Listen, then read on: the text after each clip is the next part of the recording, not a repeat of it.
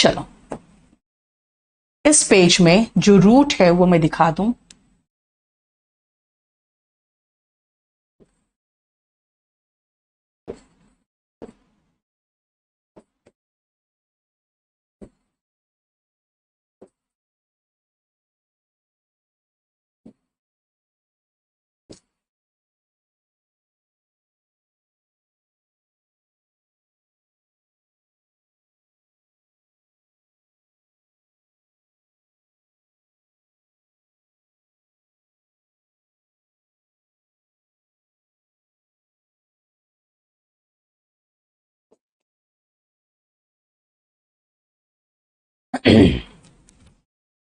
Super seed and supercilious. बेटा super का मतलब सुपर, सुपर का मतलब सुपर, सुपर सीड भाई जो आपका जजमेंट है हाई कोर्ट का, वो जजमेंट के ऊपर सुप्रीम कोर्ट जजमेंट दे दे तो सुप्रीम कोर्ट का जजमेंट सुपर हो जाता है हाई कोर्ट के जजमेंट से, वो सुपर सीड कर जाता है। सुपर सीड मतलब होता है कि उसके ऊपर आके, सुपर मतलब उसके ऊपर है ना, वो है तो ये खत्म। इसका मतलब देखो क्या है, to repeal and take its place. Repeal का मतलब है निरस्त करना, खत्म करना, निरस्त करके उसकी जगह लेना इज सुपरसीड, निरस्त करके उसकी जगह लेना सुपरसीड। ठीक है, नेक्स्ट आओ सुपरसीलियस। भाई अपने आप को सुपर समझ रही हूं मैं तो कहोगे मैम सुपरसीलियस हो गई है। अगर मैं अपने आप को सुपर समझूं तो आप कहोगे मैम सुपरसीलियस हो गई है, मतलब घमंडी हो गई है। Synonym on high horse. देखते हो जरा इन लड़कों को जब घोड़े पे सवार होता है ना, तो उसके बाद तो ये पति परमेश्वर बन जाते हैं।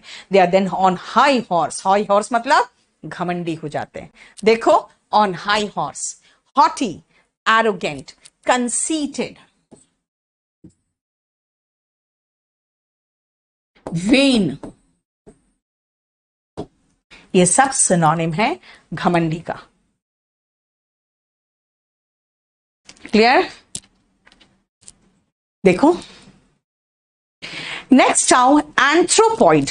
एंथ्रो का मतलब मानव, पॉइड मतलब पैर। बेटा पोडियम जैसे देखते हैं ना क्लास में पोडियम रहता है, पोडियम में हम खड़ा हो सकते हैं, सिर्फ बैठ नहीं सकते। ठीक है, यानी पॉइड मतलब पैर। एंथ्रोपॉइड मतलब मानव की तरह पैर, जैसे मैं खड़ी हूं दो पैरों पे वैसे।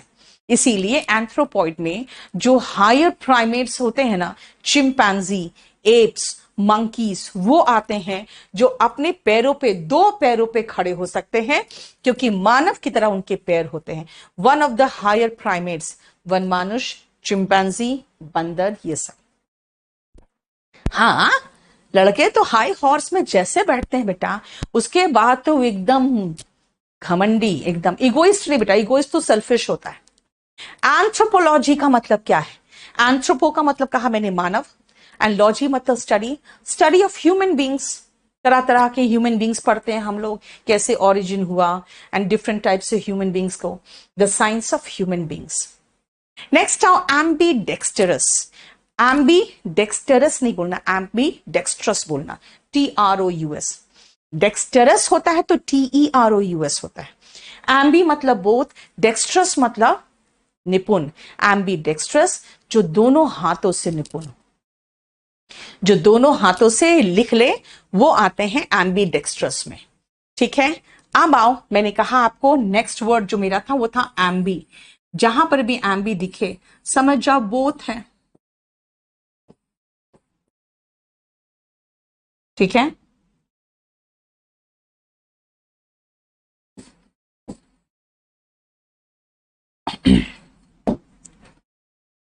हालांकि यहां पे एम्बी का कोई खास मतलब नहीं था। आ जाओ एम्बियंस। बेटा एम्बियंस का मतलब क्या है? एम्बियंस का मतलब होता है एटमॉस्फेयर। हालांकि यहाँ पे एम्बी का कोई मतलब नहीं है। एटमॉस्फेयर जैसे मान लो मैं यहाँ पे आई रेस्टोरेंट में, बहुत तेज आवाज हो रहा है, खटपट सब कुछ हो हल्ला, तो मैं कहूंगी यहाँ का एम्बियंस अच्छा नहीं। एम्बियंस का मतलब होता है वो फीलिंग ऑफ द सराउंडिंग जो आपके आसपास हो। देखो लिखा है अ फीलिंग और mood associated with a particular place, person और थिंग, जो कि वहां का एटमॉस्फेयर है। एम्बिगुअस, मैंने कहा था एम्बी का मतलब दो, एम्बिगुअस होता है दो अर्थों वाला, यानी जिसका आप दो मीनिंग निकाल सकते हो, वो एम्बिगुअस है। एक मीनिंग नहीं, उसके दो मीनिंग हो सकते हैं, वो एम्बिगुअस। ठीक है, यानी अगर आप कोई ऐसा स्टेटमेंट दिए, जैसे हमारे जो ये है, जो पॉलिटिशियंस है, वो कभी कभी ऐसा स्टेटमेंट दे देते हैं कि उसमें पूरा हल्ला हो, हल्ला मच जाता है, फिर वो कहते हैं कि नहीं नहीं, मेरा ये मतलब नहीं था। भाई तुम्हारा ये मतलब नहीं था, क्योंकि इसका मतलब तो कुछ और निकल गया। इसका मतलब आपका स्टेटमेंट एम्बिगुअस था। एम्बिगुअस का मतलब होता है having more than one possible meaning, जिसको कहते हैं वेग, अनक्लियर। क्लैरिटी नहीं है, तभी तो हो हल्ला मच गया। और वेल का मतलब फीलिंग होता है। एम्बिवेलेंट का मतलब होता है आपके पास, जैसे स्कूल छोड़ते हो, खुशी भी लगती है, अरे अब कॉलेज जाएंगे, और दुख भी होता है, यार बचपन के सारे दोस्त मेरे बिछड़ रहे हैं। बेटा आप सिर्फ वॉल्यूम 1 और क्लास नोट्स कर लो वोकैब में, और कुछ करने की जरूरत नहीं। यानी दो तरह के ऑपोजिट जो फीलिंग्स होते हैं, वो एम्बिवेलेंट होते हैं। तब आप क्या कहते हो, आई एम फीलिंग एम्बिवेलेंट, यानी खुशी भी हो रहा है, दुख भी हो रहा है ना। दो तरह के एकदम मिक्स्ड फीलिंग्स और ऑपोजिट फीलिंग्स, हैविंग और शोइंग वेरी डिफरेंट फीलिंग्स, जैसे love and hate. Love and hatred होना चाहिए, हेट्रेड, जैसे love and hatred about someone और something at the same time. Equidistant क्या है? इक्वी मतलब इक्वल, डिस्टेंट मतलब डिस्टेंट। इक्वी डिस्टेंट मतलब बराबर की दूरी पर। जैसे इंस्टीट्यूट आपके और मेरे घर से इक्वी डिस्टेंट है, इसका मतलब है कि जितना दूर तुम हो उतना दूर ही मेरा भी घर है। ठीक है, नेक्स्ट आओ, इक्वानिमिटी। बेटा इक्वानिमिटी क्या है, देखो ध्यान से। Evenness of mind. Evenness of mind का मतलब होता है कि कभी बहुत ज्यादा प्रॉब्लम आ गया, बहुत ज्यादा ऐसा कि मन कर रहा है कि एकदम जल्दी से हड़बड़ हड़बड़ करूं मैं और परेशान हो जाऊं। लेकिन देखते हो बहुत बड़े बड़े लोग, जैसे कि बुश का मैंने एग्जांपल दिया था, जैसे मैं ट्विन टावर पे हमला हुआ था, वो किसी स्कूल में थे, बहुत ही आराम से बात करके उसे कान में बता दिया गया था, उसके बाद वो निकले, उसके बाद वो भागे। इसका मतलब है कि उन्होंने वो परेशानी चेहरे पे आने नहीं दी। इक्वानिमिटी वही चीज होता है, evenness of mind even at the time when you are in problem. देखो, धैर्य, calm emotions when dealing with problems और प्रेशर। ठीक है, नेक्स्ट में आओ, सब में आपको दिखेगा इक्वी वर्ड, और अब मैं इसमें रूट लिख दूं। सब में इक्वी तो दिख रहा है,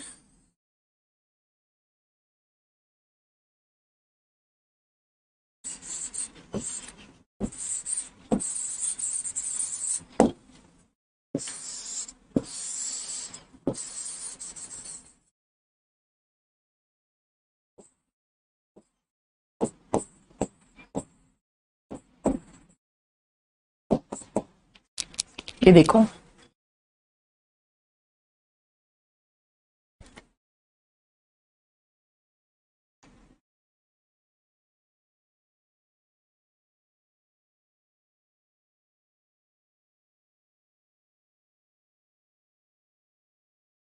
हो गया। सुनो, इक्विलिब्रियम क्या है? स्टेबिलिटी। इक्विलिब्रियम का मतलब होता है, जैसे लाइफ में कोई भी चीज इक्विलिब्रियम स्टेट पे आ जाती है तो अपना आराम से चलती रहती है, उसके बाद फिर उसमें कोई जबरदस्ती धक्का लगाने की कोई जरूरत नहीं पड़ती आपको।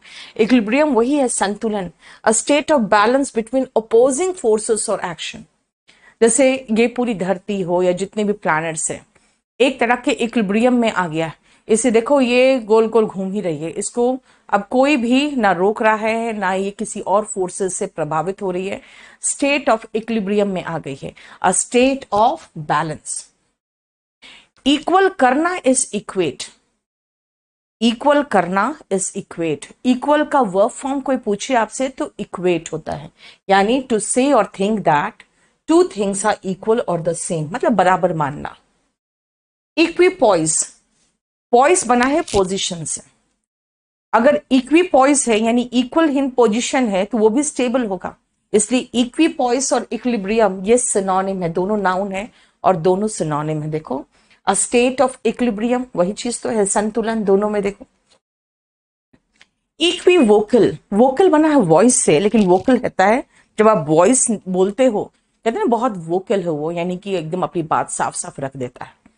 इक्वी वॉइस होता है, इक्वी वॉइस, इक्वली वॉइस्ड, मतलब यार आप जो बोल रहे हो ना, वो मैं इधर से समझूं तो भी लगता है कि अच्छा ये इसका मतलब तो ये था, है ना, अगर दूसरी तरह से समझूं तो लगता है कुछ और है, यानी एम्बिगुअस है। कई बार ऐसे ही आपका इक्वी वॉइस आपको प्रॉब्लम में फंसा देता है, फिर कहते हो नहीं नहीं मेरा ये मतलब नहीं था। इसीलिए इक्वी वॉइस का मतलब होता है अनक्लियर स्टेटमेंट्स देना।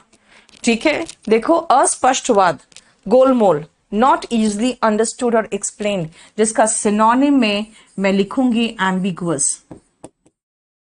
ये एम्बी में वर्ड पढ़ते हैं, एम्बिगुअस मतलब ऐसा स्टेटमेंट या बात जिसपे दो अर्थ निकाला जा सकता है।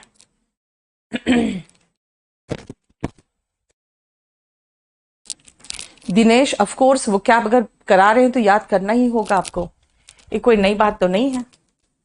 अब आओ यूनिवोकल, यूनिवोकल भाई मैं कहूंगी देखो इक्वी वोकल रहोगे ना तो आप फंसोगे हमेशा। यूनिवोकल रहो, जो बोल रहे हो उसका एक मीनिंग होना चाहिए। यूनिवोकल का मतलब जो बोल रहे हो ना उसका एक मीनिंग होना चाहिए, यानी हैविंग वन मीनिंग ओनली। देखो यूनिवोकल, एक अर्थ वाला बात, ठीक है, बताओ कोई प्रॉब्लम। अब दीपक ये सारा वर्ड्स तो आ जाता है आपका ज्योग्राफी में, वो सब थोड़ी करेंगे। आदित्य इसमें वॉल्यूम 2 आपको हेल्प करेगा रीडिंग कॉम्प्रिहेंशन और फिलिंग द ब्लैंक्स वगैरह में। ठीक है, एंटोनिम, यूनिवोकल का एंटोनिम, इसका एंटोनिम एम्बिगुअस होगा और यूनिवोकल इसका एंटोनिम होगा। ये सिनोनिम हो गया एम्बिगुअस का, तो एम्बिगुअस का एंटोनिम यूनिवोकल हो गया। ठीक है, चलो अब आते हैं, पहले तो यूनिक, क्योंकि यूनी से बताया मैंने आपको, और फेबल पैराबल। अब हम बहुत सारे ऐसे वर्ड्स पे आएंगे जो हम कहानी यानी लिटरेचर से देखते हैं। ठीक है, चलो यूनिक, यूनी मतलब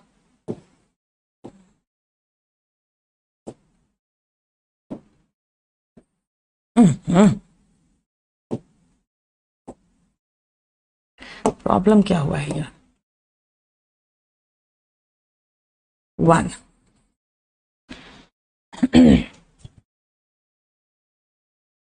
शिवम अभी नेक्स्ट चैप्टर की बात मत करो, क्योंकि अभी आपको हम बहुत कुछ कराना है अभी।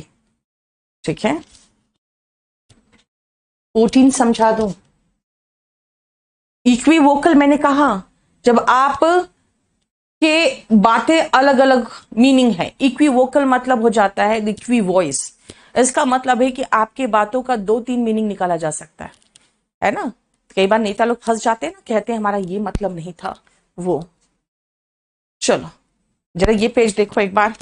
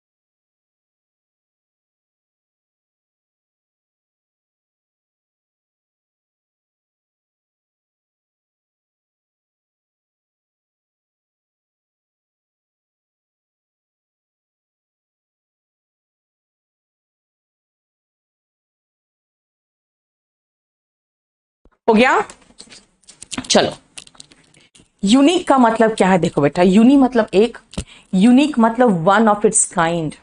अपने जैसा सिर्फ एक, वन ऑफ इट्स काइंड मतलब अपने जैसा सिर्फ एक, यूनिक।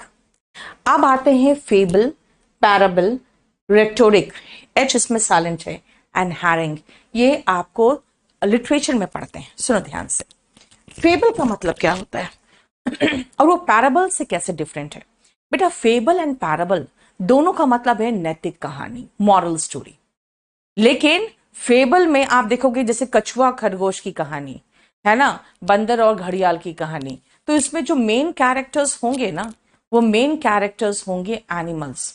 ठीक है, मेन कैरेक्टर्स एनिमल्स होते हैं, वो फेबल इसीलिए कहते हैं कि moral story with animal characters. लेकिन ऐसे ही कहानी हो और जो मॉरल स्टोरी हो, लेकिन बहुत सारे ऐसे कहानी होते हैं, बहुत सारे देखोगे गरीब ब्राह्मण की कहानी है ना, तो ये सब चीजें जो कहानी होती है जिसमें एनिमल्स मेन पात्र नहीं होते, उनको हम पैराबल कहते हैं। A short story that teachers moral और स्पिरिचुअल लेसन।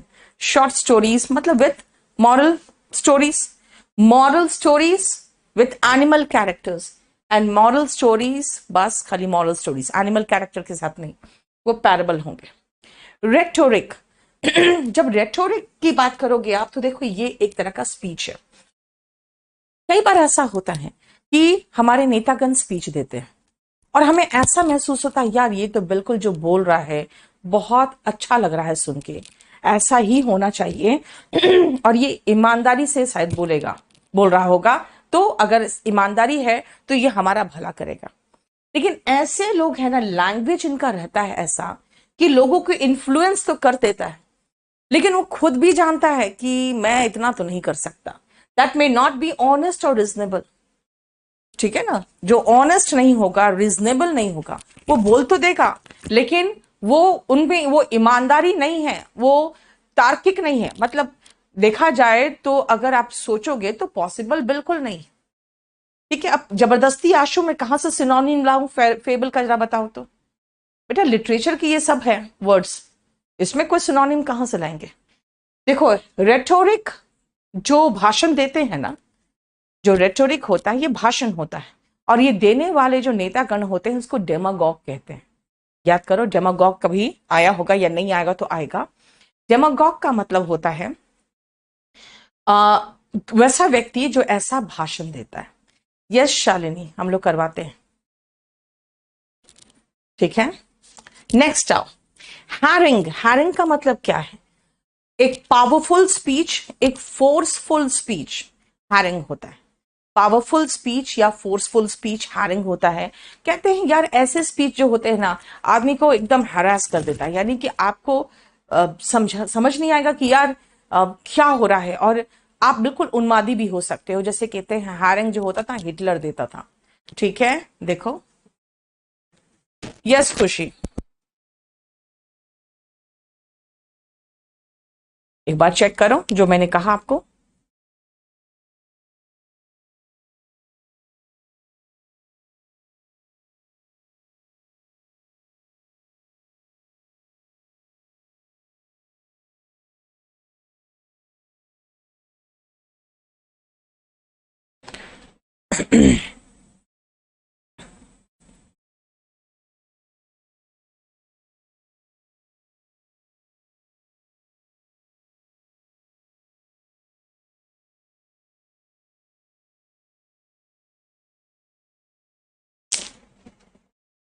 चलो नेक्स्ट आओ।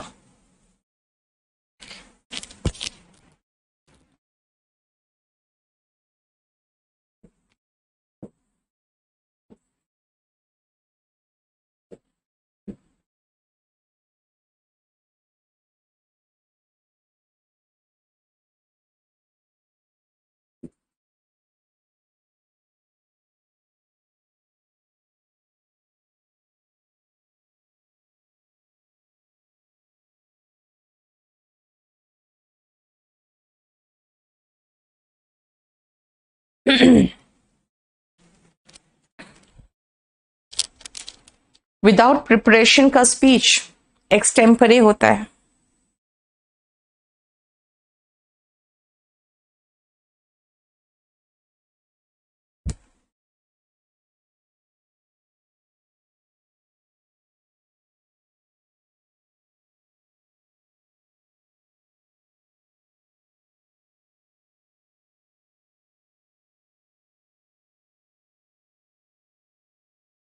नेक्स्ट देखो, एपोजी क्या होता है? हाईएस्ट पीक, सबसे ऊपर, समिट, ठीक है ना, जिसको आप कहोगे एकदम कंप्लीट सुप्रीम, जिसको सबसे ऊपर टॉप में। पिनकल, हमें नाउन चाहिए, एक्मी, पिनकल, जेनिथ और समिट। एपोजी का सिनोनिम है एक्मी, पिनकल, जेनिथ और समिट। अगर एंटोनिम पूछोगे तो एंटोनिम इसका नादिर हो जाएगा, जिसको कहते हैं लोएस्ट पॉइंट, एकदम निचला पॉइंट हो गया नादिर। ठीक है। एम्बल, बेटा एम्बल का मतलब होता है टहलना, आराम आराम से जब टहलते हो ना तो एम्बल करते हो। इसका सिनोनिम है स्ट्रॉल। एम्बल का मतलब होता है रिलैक्स्ड वे में टहलना, जिसका सिनोनिम है स्ट्रॉल। इसलिए सोमनैम्बुलिस्ट क्या होता है? नींद में चलने वाला। सोमनैम्बुलिस्ट होता है नींद में चलने वाला, क्योंकि नींद क्या है? सोमना है, और एम्बल मतलब टहलना, तो नींद में चलने वाला सोमनैम्बुलिस्ट है। कृष्णा क्या करते हो तुम लोग यार, एक छोटे छोटे वर्ड में फंसते हो। हैरान क्या कहा मैंने? ऐसा स्पीच जो बहुत ही एंग्री स्पीच हो, जो ऐसा हैरास कर दे, यानी कि आदमी घबरा जाए कि किस तरह से बोल रहा है, और उसके बाद क्या होता है ना, लोग उसी के इन्फ्लुएंस में आ जाते हैं, क्योंकि बहुत फोर्सफुल स्पीच होता है और बहुत गुस्से में होता है। ठीक है, यह है उग्र भाषण जिसको कहते हैं। क्लियर? सोमनैम्बुलिस्ट कहा मैंने, नींद में चलने वाला। इनसोम्निया, सोमना है स्लीप, तो इनसोम्निया क्या होगा? इनसोम्निया का मतलब हो गया जब आपका नींद नहीं आने की बीमारी होती है ना, उसको इनसोम्निया कहते हैं। Difficulty in sleeping. 40 विंग्स, ऐसे तो विंग का मतलब पूछोगे क्या है, तो विंग का मतलब है आंखें मारना, झपकाना, ब्लिंक होता है, ठीक है ना। आंखें मारना is blink, sorry wink, and आंखें झपकाना इज ब्लिंक। लेकिन यहां पे जब ईडियम्स वगैरह में हम आ जाते हैं ना, तो एक एक वर्ड में नहीं चलते, इसलिए 40 विंग्स का मतलब होता है झपकी। झपकी देखो, a short sleep, nap, cat nap.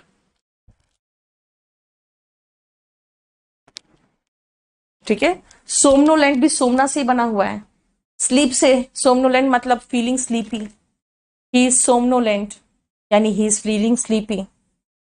अच्छा, 12 नंबर बैच अब जरा देख लेना, आपका अराउंड 5 GIF वो क्या लोड हुआ है कि नहीं, वो चेक कर लेना।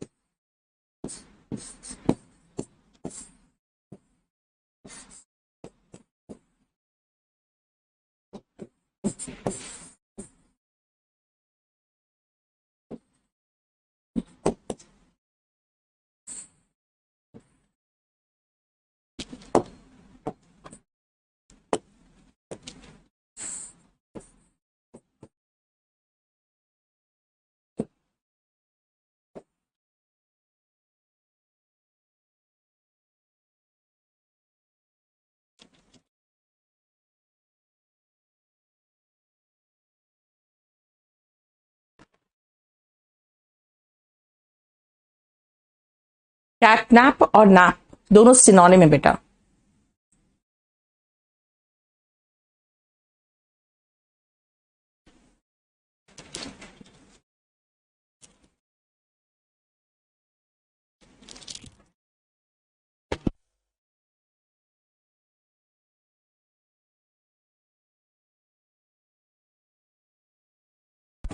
नेक्स्ट आओ देखो, एम्बुलेंट। बेटा एम्बुलेंस जानते हो ना, वही तो है जो गाड़ी चलती है एक हॉस्पिटल से या घर से दूसरे हॉस्पिटल या हॉस्पिटल तक मरीजों को पहुंचाती है, तो एम्बुलेंस है, क्योंकि वो गाड़ी का काम ही है इधर से उधर मूव करना। तो एम्बल का मतलब टहलना, मूव करना होता है। अगर कोई पेशेंट को मैं कहूं कि ही स्टिल नॉट एम्बुलेंट, इसका मतलब अभी भी नहीं चल पा रहा है। अगर वो एम्बुलेंट है, इसका मतलब है कि अब वो टहलने चलने के पोजीशन में है, एबल टू वॉक अबाउट, इसका मतलब बिस्तर नहीं पकड़े हुए। कोई व्यक्ति अगर बिस्तर पकड़ा हुआ है, क्या मैं कहूंगी ही इज नॉट एम्बुलेंट, है ना। रिप्यूडिएट, रिप्यूडिएट का मतलब क्या हुआ, to refuse to accept that is true. अगर कोई चीज सच है और आप मानने से इनकार कर रहे हो, खंडन कर रहे हो कि नहीं नहीं ये सच नहीं है, तो यू रिप्यूडिएट, यानी to refuse to accept something as true. लेकिन कई बार ऐसा होता है कि जब हम कोर्ट वगैरह में देखते हैं तो सच है कि नहीं है हमें क्या पता, लेकिन जनरली क्या होता है, जो वहां एक्यूज्ड होता है वो क्राइम से रेप्यूडिएट कर रहा है। रेप्यूडिएट का मतलब होता है टू एक्सेप्ट एज ट्रू। देखो ध्यान से,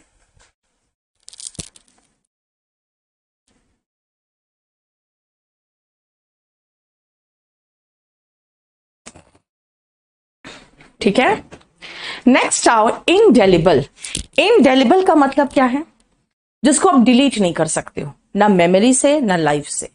इनडेलिबल है जिसको भूलना मुश्किल है या जिसको मिटाना मुश्किल है। आपके सारे काम इनडेलिबल होते हैं, है ना। करने से पहले हम सोचते नहीं है, करने के बाद उसको मिटाना पॉसिबल नहीं होता। इनडेलिबल होता है इम्पॉसिबल टू रिमूव और फॉरगेट। एमोरस बना है एमी से।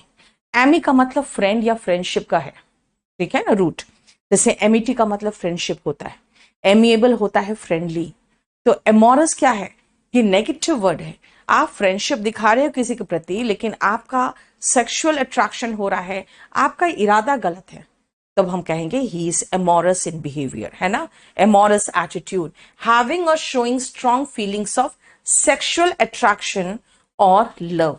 तो इसलिए एमोरस नेगेटिव वर्ड हो गया, वरना एमिटी, एमिकेबल, एमिएबल ये सब अच्छे वर्ड्स थे जो फ्रेंडशिप से रिलेटेड, फ्रेंडली से रिलेटेड थे।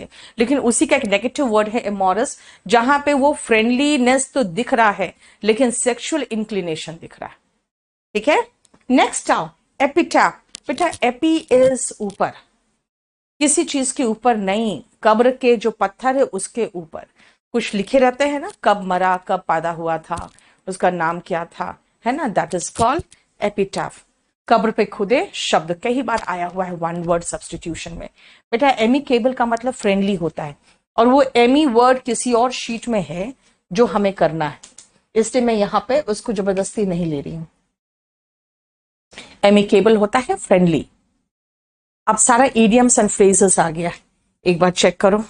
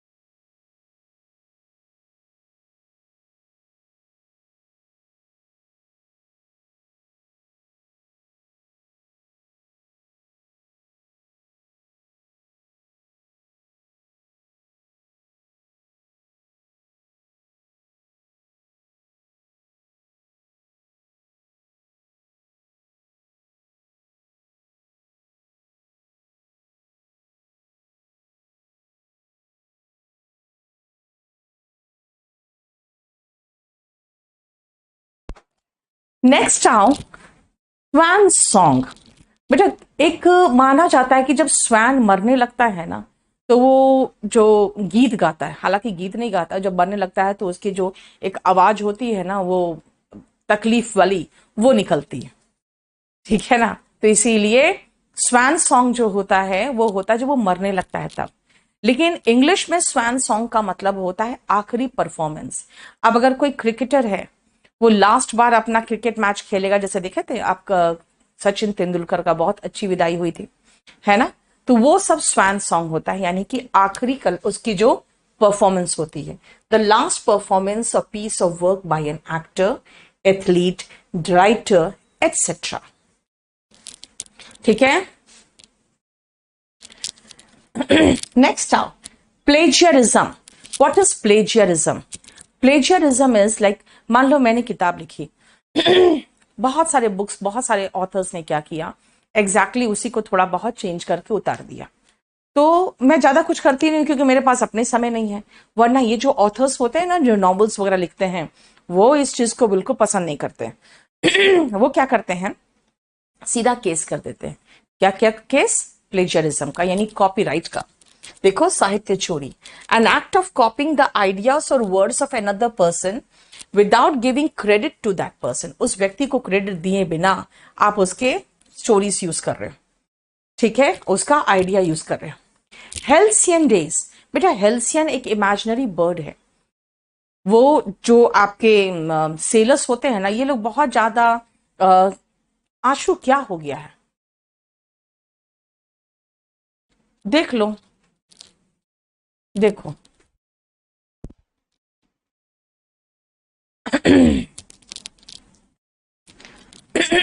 सुनो, हेल्सियन डेज क्या होता है, ध्यान से देखो। अभी रुको, पहले मुझे खत्म कराने दो, फिर नेक्स्ट पेज में आपको देखने का समय दे दूंगी मैं। हेल्सियन एक तरह का इमेजिनरी बर्ड है जो सी में माना जाता है। सेलर्स मानते हैं कि हेल्सियन अंडा जब देती है तो वो जो सी वाटर होता है उसी के ऊपर दे देती है। तो जो सी गॉड है, अगेन इमेजिनेशन, सी गॉड ये मानता है कि भाई ये तो अंडा दिया हुआ है, तो मैं ज्यादा तूफान मचाऊंगा तो अंडे फूट जाएंगे। तो सी गॉड बिल्कुल शांत हो जाता है, तो उसको कहते हैं हेल्सियन डेज। ठीक है, लेकिन लाइफ में हेल्सियन डेज क्या होता है, वो आपके बीते हुए दिन जो बहुत अच्छे थे, प्लेजेंट थे, और कोई परेशानी नहीं था, कोई चिंता नहीं था, उसको कहते हैं halcyon days. A very happy और successful period in the past. Heart and soul, दिल से और आत्मा से जब आप काम करते हो तो क्या है, I work heart and soul, यानी होल हार्टेडली, पूरे मन से, with a lot of energy and enthusiasm. तो इसका सिनोनिम आप कह सकते हो wholeheartedly, wholeheartedly. Next आओ, होल्ड समवन टू रैंसम। इसका मतलब, बेटा रैंसम का मतलब होता है जो आप देते हो, किसी को कोई किडनैप कर लिया तो फिरौती में जो पैसा दिया जाता है उसी को तो रैंसम कहते हैं। रैंसम मतलब फिरौती, है ना। फिरौती कोई खुशी खुशी तो देता नहीं, इसलिए किसी को आप उसके मर्जी के खिलाफ कुछ काम करवा रहे हो ना, तो आप कह सकते हो they hold you to ransom if you make them your boss. अगर आप उनको अपने सर पे चढ़ाओगे तो वो फिर आपको वो करवाएंगे जो आपकी मर्जी नहीं होगी, है ना। Sometimes my son holds me to ransom, बिना मर्जी के वो मुझसे काम करवाता है। देखो, रैंसम का मतलब मैंने कहा फिरौती।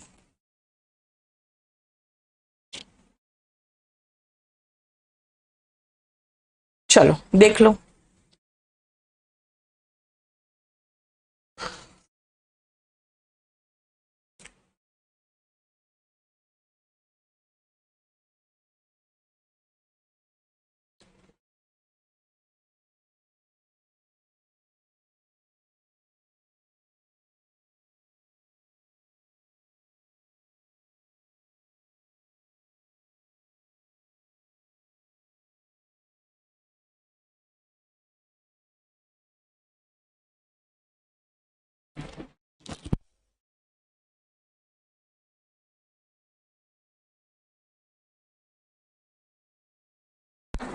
इल at ease, ill at ease का मतलब बेचैन, परेशान।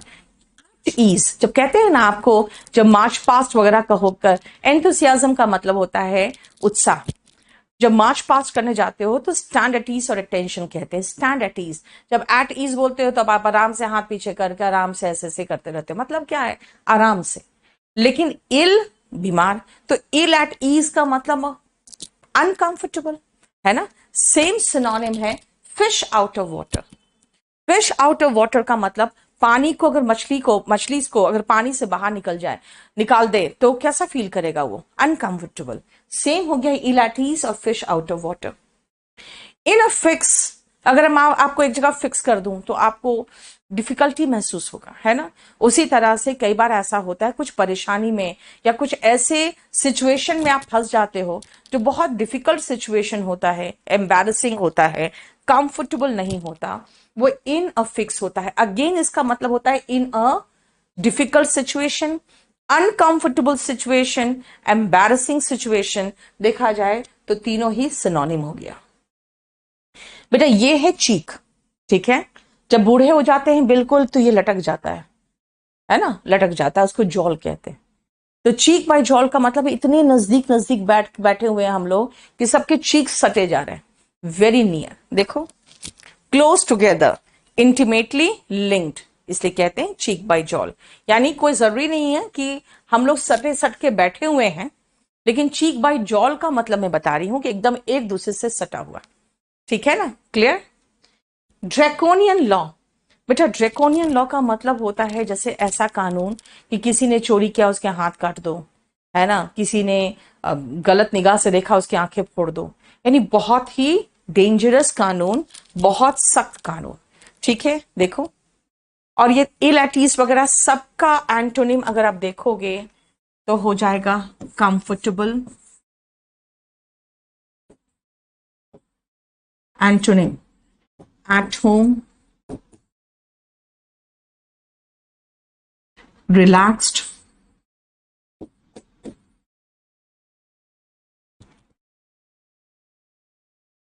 to let the head down,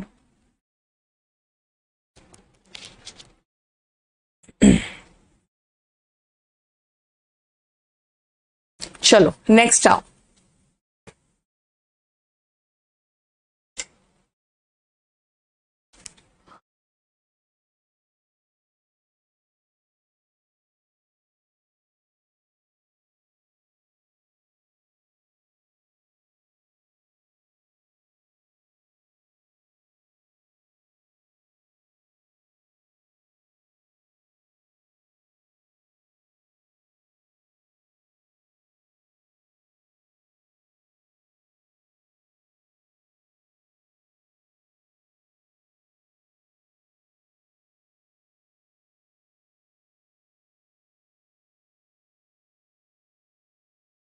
हो गया?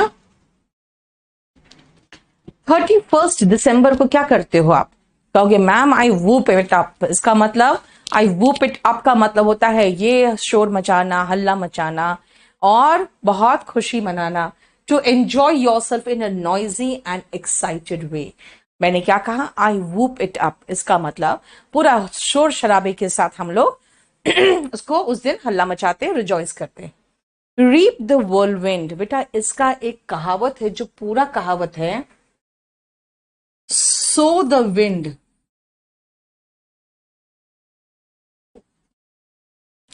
and reap the whirlwind। ये पूरा जो कहावत है, ये पूरा कहावत ये पूरा कहावत है, लेकिन एग्जाम में रीप द whirlwind ही आता है मैक्सिमम, इसलिए मैंने पूरा नहीं दिया। विंड बोना, सो मतलब बोना यानी कि सीड की तरह, जैसे आप बीज बोते हो। अगर आप विंड बोगे ना तो वर्ल्ड विंड काटोगे, यानी छोटा सा मिस्टेक करोगे उसका बहुत भारी कीमत चुकाना। ठीक है ना? To suffer now because of the mistake that were made in the past, यानी किसी छोटी सी भूल जो पास्ट में है उसका आज बिल्कुल बहुत बड़ा खामियाजा भुगतना। ठीक है? वही है कि आप विंड बोते हो ना, यानी खाली हवा को बोते हो, यानी पवन को बोते हो, तो वर्ल्ड विंड यानी तूफान काटते हो। समझ में आया? Whether the storm, whether the storm का मतलब, स्टॉर्म मतलब तूफान, वेदर मतलब इसका सामना करना हो गया यहां पे। वेदर द स्टॉर्म का मतलब है तूफान का सामना करना, यानी to deal with a difficult situation without being harmed और डैमेज टू मच।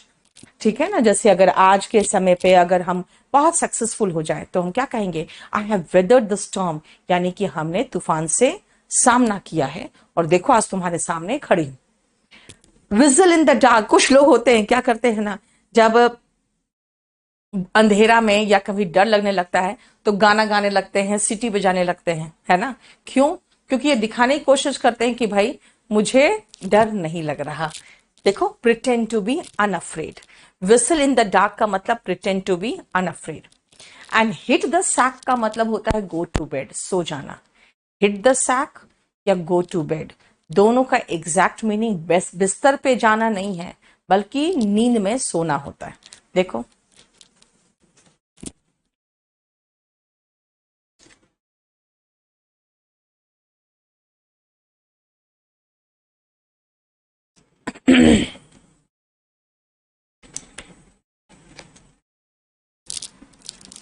हो गया।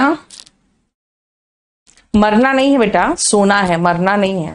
तुम तो सोने को भी मार दोगे। हाँ, मरना का अलग है। Give up the ghost, hit, give up the ghost, kick the bucket on the other side of the world, 6 feet under, वो सब है मरने का।